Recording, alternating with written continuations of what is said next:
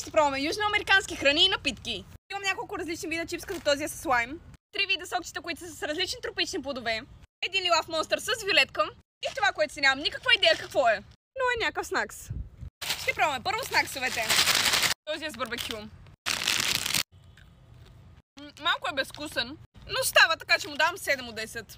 100% колумбийски картофи, затова ли са толкова безвкусни? Лайм. Дано да не се натровя. Това е ужасно. Кисели бомбони, да. Кисел чипс? Не. Давам от 2 от 10. Дано пилето да ми оправи вкуса. Защо всичко е гадно и безвкусно? 5 от 10. И това, което не знаем какво е. Но да се надяваме, че ще е хубаво.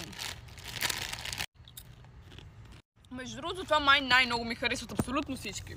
Има вкус на корнфлейкс. Така че 8 от 10.